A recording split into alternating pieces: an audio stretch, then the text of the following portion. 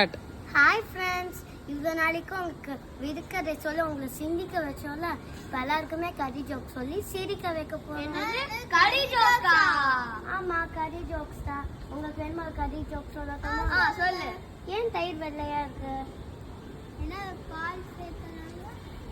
இல்ல, தெரியலையே. என்ன அதை துவைக்கிறோம்.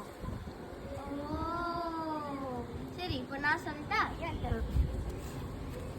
ஒரு எலி ஸ்கூல்ல சுத்தி சுத்தி ஓடிச்சான். ஏன்? ஏங்க என்ன நிறைய சாப்பாடு இருந்துச்சாங்க? இல்ல, தெரியலையே. ஏன்னா அது ஒரு எலிமெண்ட்ரி ஸ்கூலா.